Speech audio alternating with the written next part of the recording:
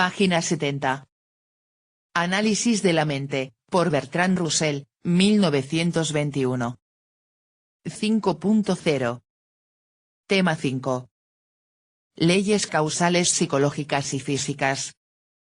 La concepción tradicional de causa y efecto es una que la ciencia moderna demuestra que es fundamentalmente errónea y que requiere ser reemplazada por una noción completamente diferente, la de leyes del cambio.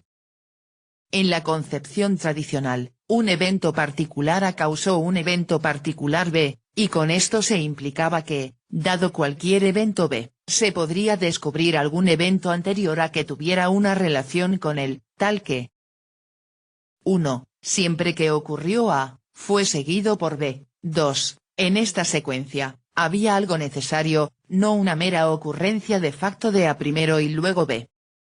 El segundo punto queda ilustrado por la vieja discusión sobre si se puede decir que el día causa la noche, basándose en que al día siempre le sigue la noche.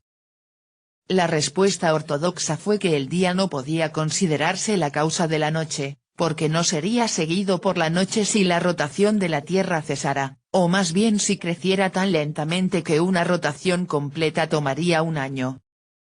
Se sostuvo que una causa debe ser tal que bajo ninguna circunstancia concebible pueda dejar de ser seguida por su efecto. TV escribe. Si alguien pregunta que cuál es la causa del mal, la respuesta simple es la ausencia del bien. Entonces, ¿la ausencia de algo tiene efectos y de este modo, ese algo es la causa de manera comprometida? Russell escribe. De hecho, las secuencias que buscaban los creyentes en la forma tradicional de causalidad no se han encontrado hasta ahora en la naturaleza. Todo en la naturaleza está aparentemente en un estado de cambio continuo, de modo que lo que llamamos un acontecimiento resulta ser en realidad un proceso. Si este evento va a causar otro evento, los dos tendrán que ser contiguos en el tiempo porque si hay algún intervalo entre ellos, algo puede suceder durante ese intervalo que impida el efecto esperado. La teoría de los cuantos sugiere que la continuidad es solo aparente. Si es así, teóricamente podremos llegar a eventos que no sean procesos. Pero en lo que es directamente observable todavía hay una aparente continuidad, lo que justifica las observaciones anteriores sobre la prevención. Por lo tanto, causa y efecto tendrán que ser procesos temporalmente contiguos. Es difícil creer, en cualquier caso, en lo que respecta a las leyes físicas, que la parte anterior del proceso que es la causa pueda marcar alguna diferencia en el efecto, siempre y cuando la parte posterior del proceso que es la causa permanezca sin cambios. Supongamos, por ejemplo, que un hombre muere envenenado con arsénico, decimos que el consumo de arsénico fue la causa de la muerte. Pero claramente el proceso por el cual adquirió el arsénico es irrelevante, todo lo que pasó antes de él en cuanto altera su condición al momento de tomar la dosis. Pero podemos ir más allá, tragar arsénico no es realmente la causa inmediata de muerte, ya que un hombre podría recibir un disparo en la cabeza inmediatamente después de tomar la dosis, y entonces no sería por arsénico por lo que moriría. El arsénico produce ciertos cambios fisiológicos, que tardan un tiempo finito antes de terminar en la muerte. Las partes anteriores de estos cambios pueden descartarse del mismo modo que podemos descartar el proceso mediante el cual se adquirió el arsénico. Procediendo de esta manera podemos acortar cada vez más el proceso que llamamos causa. Del mismo modo tendremos que acortar el efecto. Puede suceder que inmediatamente después de la muerte del hombre su cuerpo sea hecho pedazos por una bomba. No podemos decir qué sucederá después de la muerte del hombre, simplemente sabiendo que ha muerto como resultado del envenenamiento por arsénico. Así, si vamos a tomar la causa como un evento y el efecto como otro, ambos deben acortarse indefinidamente. El resultado es que simplemente tenemos, como encarnación de nuestra ley causal, una cierta dirección de cambio en cada momento. De ahí que lleguemos a las ecuaciones diferenciales como si encarnaran leyes causales. una ley física no dice A será seguido por B, sino que nos dice qué aceleración tendrá una partícula en determinadas circunstancias, es decir, nos dice cómo cambia el movimiento de la partícula en cada momento, no dónde estará la partícula en algún momento futuro. Es posible que las leyes contenidas en las ecuaciones diferenciales sean exactas, pero no se puede saber que lo sean. Todo lo que podemos saber empíricamente es aproximado y sujeto a excepciones. Se sabe que las leyes exactas que se suponen en física están cerca de la verdad, pero no se sabe que sean verdaderas tal como están. Las leyes que realmente conocemos empíricamente tienen la forma de las leyes causales tradicionales, excepto que no deben considerarse universales o necesarias. A la ingesta de arsénico le sigue la muerte es una buena generalización empírica. Puede haber excepciones, pero serán raras. Frente a las leyes de la física supuestamente exactas, tales generalizaciones empíricas tienen la ventaja de que tratan de fenómenos observables. No podemos observar infinitesimales, ni en el tiempo ni en el espacio. Ni siquiera sabemos si el tiempo y el espacio son infinitamente divisibles. Por lo tanto, las generalizaciones empíricas toscas tienen un lugar definido en la ciencia, a pesar de no ser exactas o universales.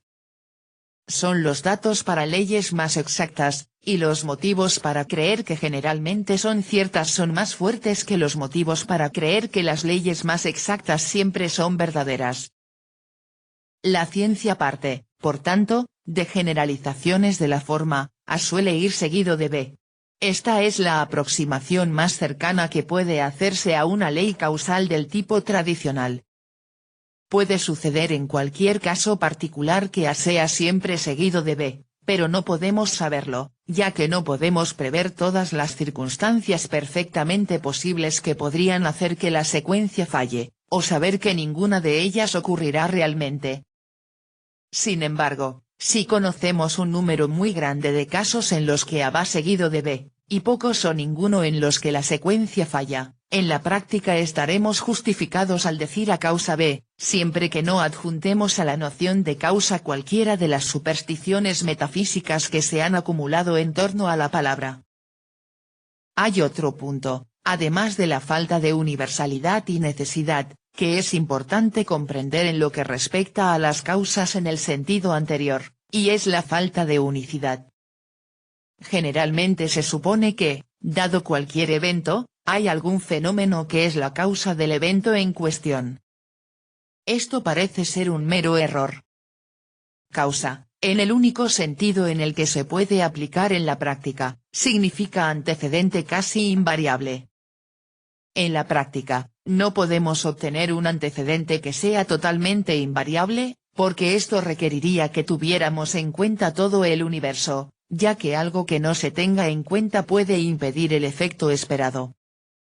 No podemos distinguir, entre antecedentes casi invariables, uno como la causa y los otros simplemente como sus concomitantes. El intento de hacer esto depende de una noción de causa que se deriva de la voluntad, y la voluntad, como veremos más adelante, no es en absoluto el tipo de cosa que generalmente se supone que es, ni hay ninguna razón para pensar que en el mundo físico haya algo remotamente análogo a lo que se supone que es la voluntad.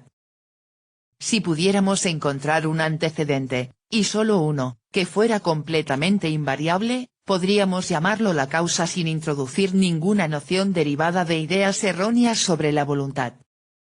Pero, de hecho, no podemos encontrar ningún antecedente que sepamos que sea bastante invariable, y podemos encontrar muchos que casi lo son. Por ejemplo, los hombres salen de una fábrica para cenar cuando suena la sirena a las 12 en punto. Se puede decir que la sirena es la causa de su partida. Pero muchas otras sirenas en otras fábricas, que también suenan siempre a las 12 en punto, tienen el mismo derecho a ser consideradas la causa. Así, cada acontecimiento tiene muchos antecedentes casi invariables y, por tanto, muchos antecedentes que pueden denominarse causa. Las leyes de la física tradicional, en la forma en que tratan de los movimientos de la materia o de la electricidad, tienen una aparente simplicidad que en cierto modo oculta el carácter empírico de lo que afirman.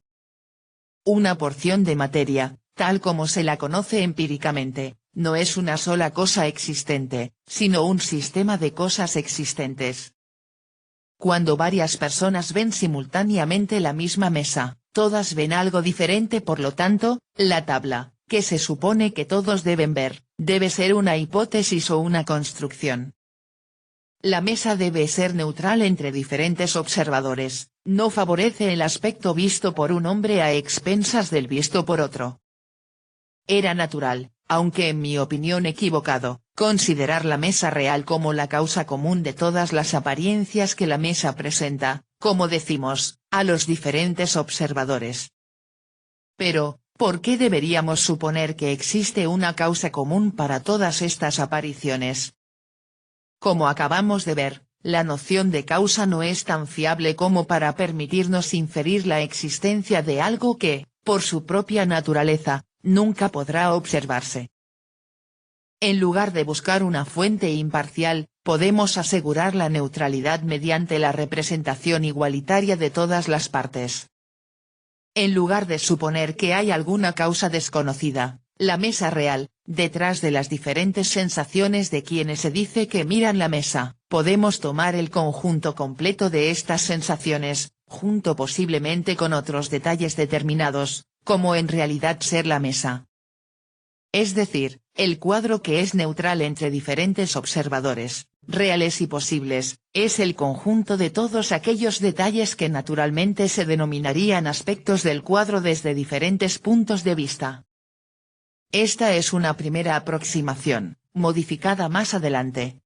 Se puede decir, si no existe un único existente que sea la fuente de todos estos aspectos, ¿cómo se reúnen? La respuesta es simple, tal como serían si existiera un único ser.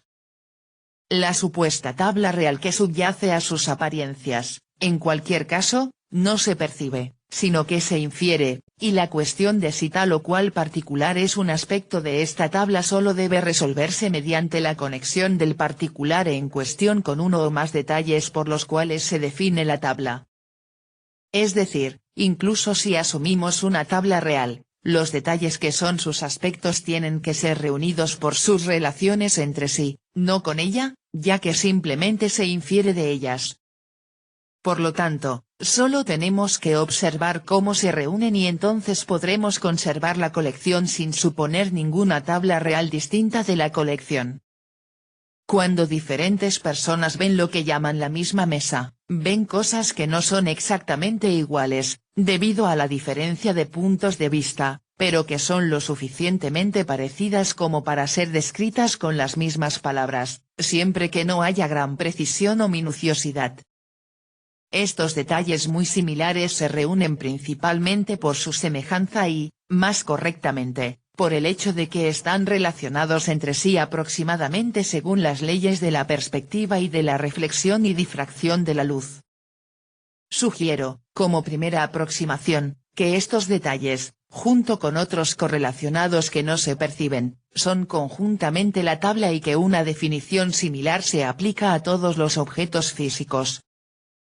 Véase nuestro conocimiento del mundo exterior, Allen Unwin, capítulos 3 y 4. Para eliminar la referencia a nuestras percepciones, que introduce una sugerencia psicológica irrelevante, tomaré un ejemplo diferente, la fotografía estelar. Una placa fotográfica expuesta en una noche clara reproduce el aspecto de la porción del cielo en cuestión, con más o menos estrellas según la potencia del telescopio utilizado. Cada estrella separada que se fotografía produce su propio efecto en la placa, tal como lo haría sobre nosotros mismos si estuviéramos mirando al cielo. Si asumimos, como suele hacer la ciencia, la continuidad de los procesos físicos, nos vemos obligados a concluir que, en el lugar donde se encuentra la placa, y en todos los lugares entre ella y una estrella que fotografía, está sucediendo algo que está especialmente relacionado con esa estrella. En los días en que el éter era menos dudoso, deberíamos haber dicho que lo que estaba sucediendo era un cierto tipo de vibración transversal en el éter. pero no es necesario ni deseable ser tan explícito. Todo lo que necesitamos decir es que sucede algo que está especialmente relacionado con la estrella en cuestión. Debe ser algo especialmente relacionado con esa estrella, ya que esa estrella produce su propio efecto especial sobre la placa. Sea lo que sea, debe ser el final de un proceso que comienza en la estrella y se irradia hacia afuera, en parte por razones generales de continuidad, en parte para explicar el hecho de que la luz se transmite con una cierta velocidad definida. Llegamos así a la conclusión de que si una determinada estrella es visible en un determinado lugar o puede ser fotografiada en ese lugar mediante una placa suficientemente sensible, allí sucede algo que está especialmente relacionado con esa estrella. Por lo tanto, en cada lugar y en todo momento debe estar sucediendo una gran multitud de cosas, es decir, al menos una por cada objeto físico que puede verse o fotografiarse desde ese lugar. Podemos clasificar tales acontecimientos según cualquiera de dos principios. 1. Podemos reunir todos los acontecimientos en un solo lugar, como lo hace la fotografía en lo que respecta a la luz. 2. Podemos reunir todos los acontecimientos, en diferentes lugares, que están conectados de la manera que el sentido común considera que se debe a que emanan de un objeto.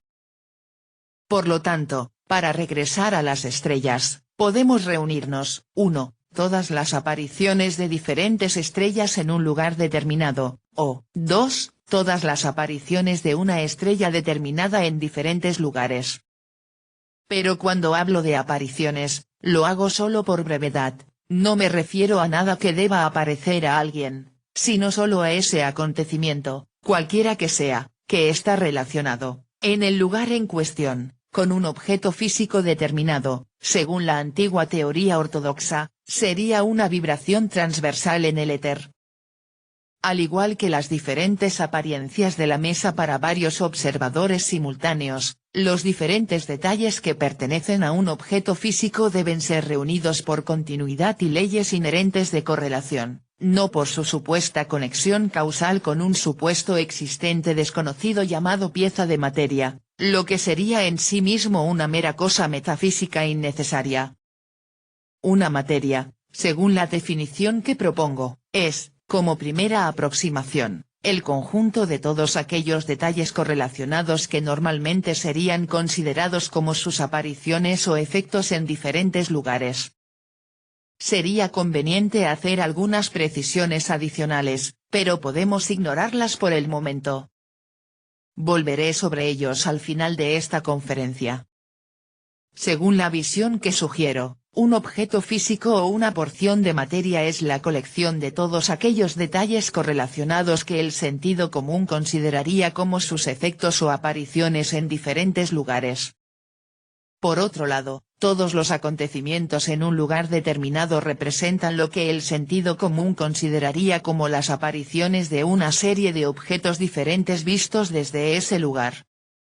Todos los acontecimientos en un lugar pueden considerarse como la visión del mundo desde ese lugar.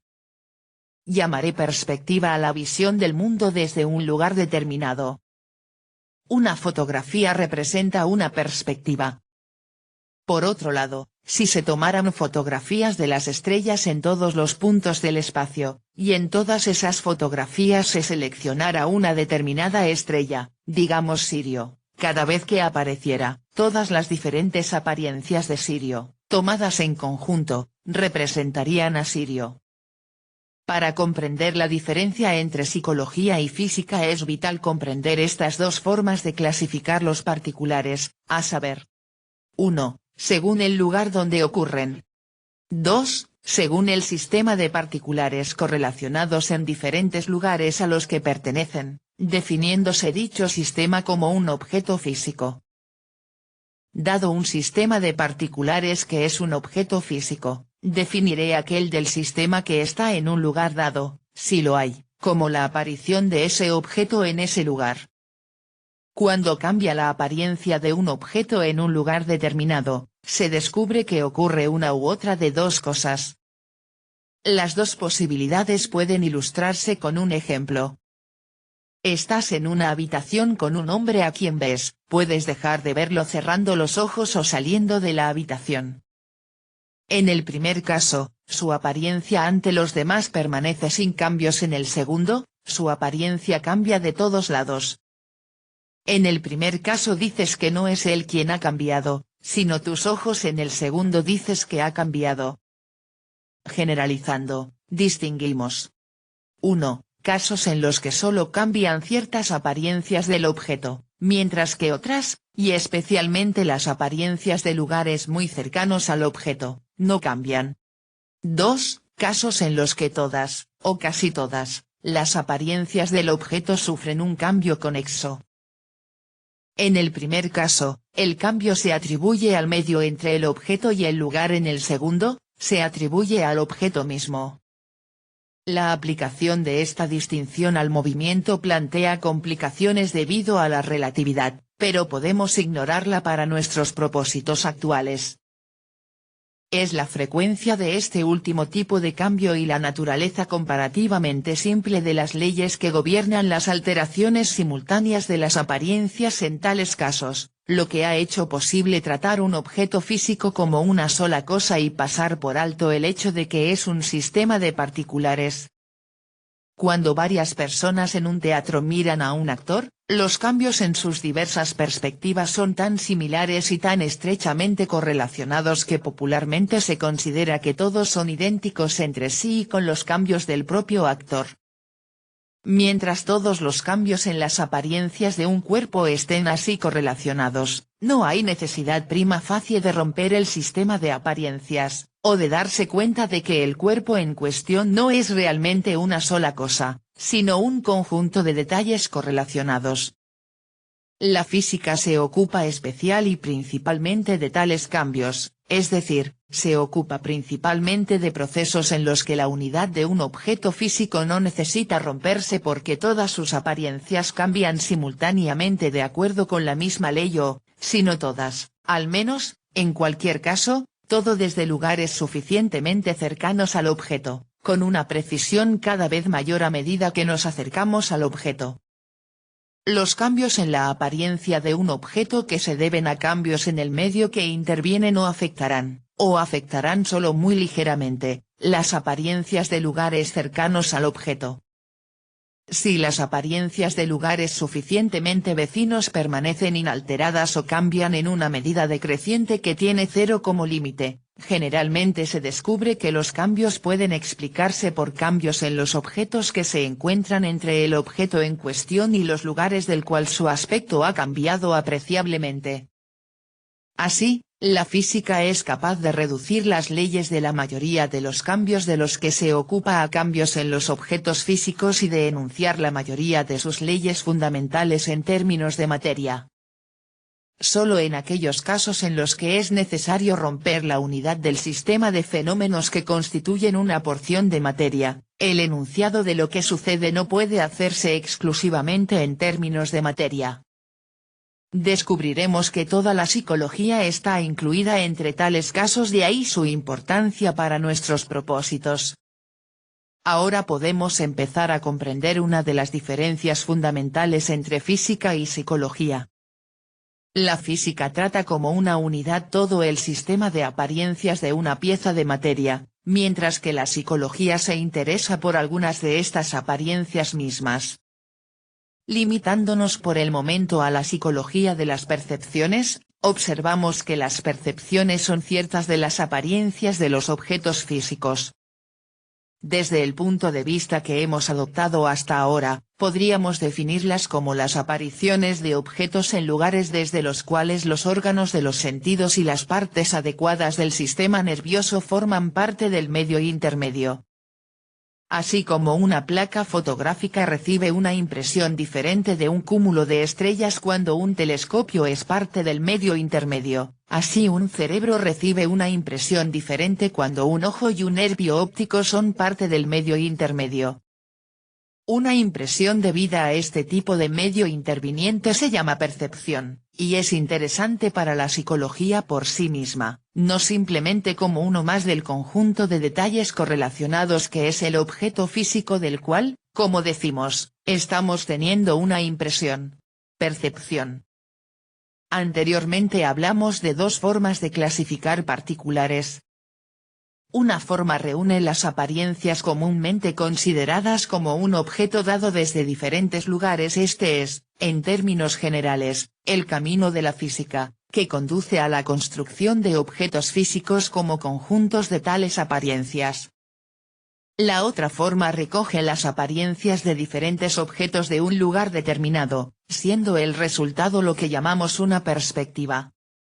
En el caso particular de que el lugar en cuestión sea un cerebro humano, la perspectiva perteneciente al lugar consiste en todas las percepciones de un determinado hombre en un momento dado. Por tanto, la clasificación por perspectivas es relevante para la psicología y es esencial para definir lo que entendemos por mente única. No deseo sugerir que la forma en que he estado definiendo las percepciones sea la única manera posible, o incluso la mejor. Es la forma que surgió naturalmente de nuestro tema actual. Pero cuando abordamos la psicología desde un punto de vista más introspectivo, tenemos que distinguir las sensaciones y percepciones, si es posible, de otros sucesos mentales, si los hay. También debemos considerar los efectos psicológicos de las sensaciones, en contraposición a sus causas y correlatos físicos. Estos problemas son bastante distintos de aquellos de los que nos hemos ocupado en la presente conferencia y no los abordaré hasta una etapa posterior. Está claro que la psicología se ocupa esencialmente de particulares reales, no simplemente de sistemas de particulares. En esto se diferencia de la física, que, en términos generales, se ocupa de los casos en los que todos los detalles que componen un objeto físico pueden ser tratados como una sola unidad causal, o más bien los detalles que están suficientemente cerca del objeto del cual son apariencias que pueden ser tratadas así. Las leyes que busca la física pueden, en términos generales, enunciarse tratando tales sistemas de particulares como unidades causales.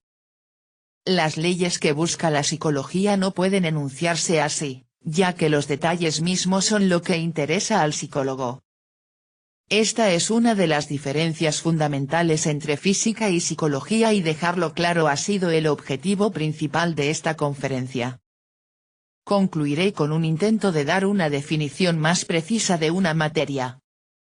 Las apariencias de un trozo de materia desde diferentes lugares cambian en parte según leyes intrínsecas, las leyes de la perspectiva, en el caso de la forma visual, en parte según la naturaleza del medio que interviene, niebla, gafas azules, telescopios, microscopios, sensores, órganos, etc.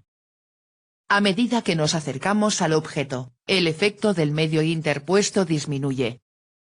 En un sentido generalizado, todas las leyes intrínsecas del cambio de apariencia pueden denominarse leyes de la perspectiva. Dada cualquier apariencia de un objeto, podemos construir hipotéticamente un cierto sistema de apariencias al que pertenecería la apariencia en cuestión si solo se tratara de las leyes de la perspectiva. Si construimos este sistema hipotético para cada apariencia del objeto por turno, el sistema correspondiente a una apariencia dada X será independiente de cualquier distorsión debida al medio más allá de X, y solo incorporará la distorsión debida al medio entre X y el objeto. Así, a medida que la apariencia por la que se define nuestro sistema hipotético se acerca cada vez más al objeto, el sistema hipotético de apariencias definido por sus medios encarna cada vez menos el efecto del medio.